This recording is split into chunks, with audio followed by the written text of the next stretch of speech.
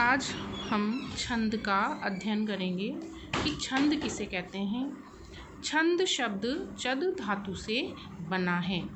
इसका अर्थ है आह्लादित करना, खुश करना।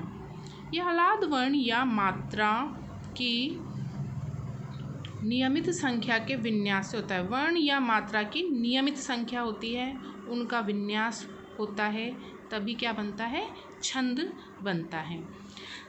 छंद का सर्वप्रथम उल्लेख ऋग्वेद में मिलता है। छंद की रचना में लय, तुक, गति, मात्राओं तथा वर्णों की एक विशिष्ट व्यवस्था होती है। तो निश्चित वर्णों एवं मात्राओं से बंधी हुई रचना को छंद कहते हैं। इसमें निश्चित वर्ण होते हैं, निश्चित मात्राएं होती हैं और ये एक बंधी हुई रचना होती है, उसको हम क्या कहते हैं, छंद कहते हैं। छंद पद्य का व्याकरण होता है। परिभाषा देख लेते हैं हम इसकी। निश्चित चरण, वर्ण, मात्रा, यति, गति, यति और गण आदि के द्वारा नियोजित पद्य रचना छंद कहलाती है। छंद को वृत्त भी कहते हैं।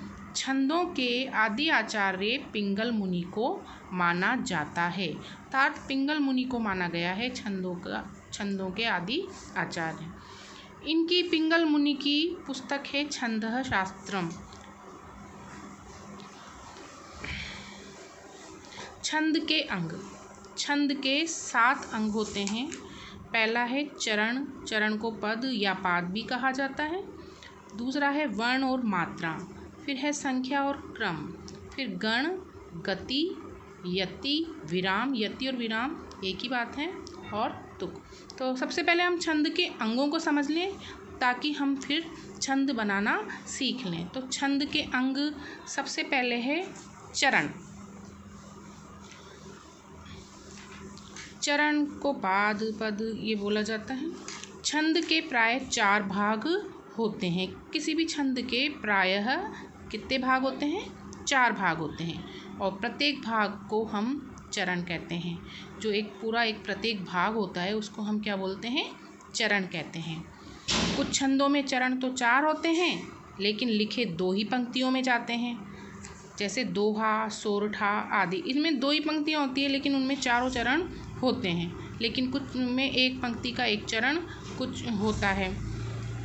चरण 2 प्रकार के होते हैं, सम चरण, विषम चरण। जो दूसरा चरण और चौथा चरण होता है वो तो सम चरण, और जो पहला और तीसरा चरण होता है वो विषम चरण। अब है छंद में वर्ण और मात्रा। एक स्वर वाली ध्वनि को वर्ण कहते हैं, चाहे वह ह्रस्व हो या दीर्घ। जिस ध्वनि में स्वर नहीं हो उसे वर्ण नहीं माना जाता। जैसे हलंत शब्द राजन, तो ये न है यहाँ पर, इसको हम वर्ण नहीं मानेंगे। और संयुक्ता अक्षर से पूर्व का वर्ण कृष्ण का श, तो यहाँ पर जो ये है इसको हम वर्ण नहीं मानेंगे क्योंकि ये स्वर रहित है।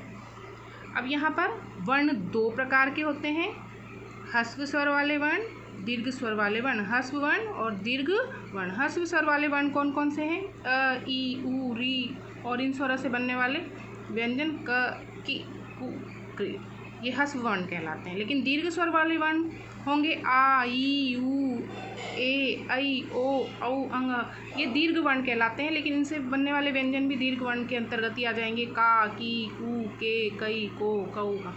तो ये 2 प्रकार के हो गए वर्ण, ह्रस्व स्वर वाले और दीर्घ स्वर वाले। अब मात्रा की बात करते हैं। मात्रा किसी वर्ण या ध्वनि के उच्चारण काल को मात्रा कहते हैं। जो उच्चारण में समय लगता है ना हमें किसी वर्ण या ध्वनि को, तो उसको क्या बोलते हैं, हम मात्रा कहते हैं। ह्रस्व वर्ण के उच्चारण में कम समय लगता है तो यहाँ पर 1 मात्रा, और दीर्घ वर्ण के उच्चारण में ज़्यादा समय लगता है तो यहाँ पर 2 मात्रा गिनी जाती है। तो मात्रा 2 होती है, एक तो ह्रस्व मात्रा और दीर्घ मात्रा। इसके उच्चारण में कम समय लगता है तो यहाँ पर 1 मात्रा, और इसके उच्चारण में ज़्यादा समय लगता है तो यहाँ पर 2 मात्राएं गिनी जाएगी। ह्रस्व और दीर्घ वर्ण में आपको ऊपर यहाँ पर बता ही चुकी हूँ। अब हम लघु गुरु विचार देख लेते हैं। ह्रस्व स्वर तथा ह्रस्व स्वर वाले व्यंजन वर्ण को लघु कहते हैं। लघु का चिन्ह ये होता है एक, इसको बोलते हैं हम एक पाई रेखा। दीर्घ स्वर वाले व्यंजन वर्ण को हम गुरु कहते हैं। ठीक है, गुरु का चिन्ह है ये एक वर्तुल रेखा है, हम इसको एस भी बोल सकते हैं। तो अगर ये होगा तो ये एक मात्रा, और ये होगा तो दो मात्रा। ये गुरु मात्रा है, वो लघु मात्रा है। लघु वर्ण देखो कौन कौन से होते हैं। अ, ई, उ, री, क, की, कु, क्री, अंग, अ और अ। ये देखो ये चंद्र बिंदु वाले हैं, ये सब लघु वर्ण में आएंगे। ये संयुक्त व्यंजन वाले वर्ण हैं, जैसे नित्य, तो ये किस में आएंगे? लघु वर्ण में, इनकी एक मात्रा गिनी जाएगी। गुरु वर्ण आ, ई, उ, ए, ऐ, ओ, औ, ऐसे ये का, की, कु, के, कई, को, कौ, और ये सारे अनुस्वार वाले जो शब्द हैं, इंग, कंग, विंग, और ये तह, ध, ये अनुस्वार और विसर्ग वाले ये सब है ना, गुरु गिने जाते हैं। इनसे इंदु, बिंदु, अतः, अध, ये वाले वर्ण हैं, इनको हम क्या गिनेंगे? गुरु गिनेंगे, क्योंकि ये अनुस्वार वाले हैं और ये विसर्ग वाले। तो अनुस्वार और विसर्ग वाले तो गुरु वर्ण में आते हैं, लेकिन जो वो अनुनासिक के चंद्रबिंदु वाले हैं वो लघु वर्ण में आते हैं। हमें इस बात का ध्यान रखना है। अच्छा, संयुक्ताक्षर का पूर्ववर्ती वर्ण होता है वो गुरु होता है। जैसे अग्र, तो यहाँ पर अ है जो गुरु माना जाएगा, क्योंकि ये संयुक्ताक्षर का पूर्व वर्ण है। वक्र का व, ये भी गुरु इसलिए गिना जाएगा क्योंकि संयुक्ताक्षर का पूर्ववर्ती वर्ण है। हलंत वर्ण के पहले वाला वर्ण जैसे राजन, तो यहाँ पर हम इसका प्रभाव यहाँ पर पड़ेगा। इससे पूर्व वाले वर्ण को हम क्या मानेंगे? गुरु मानेंगे। गति, छंद को पढ़ने का जो प्रवाह या लय होता है उसको हम क्या बोलते हैं? गति बोलते हैं। यति, छंद में जहाँ हम सांस लेने के लिए रुकते हैं उसे ही हम यति कहते हैं। यति को ही विराम भी कहते हैं। तुक, छंद के चरणों के अंत में समान स्वर व्यंजन की स्थापना होती है, ध्वनि साम्यता होती है, उसको हम क्या बोलते हैं? तुक बोलते हैं।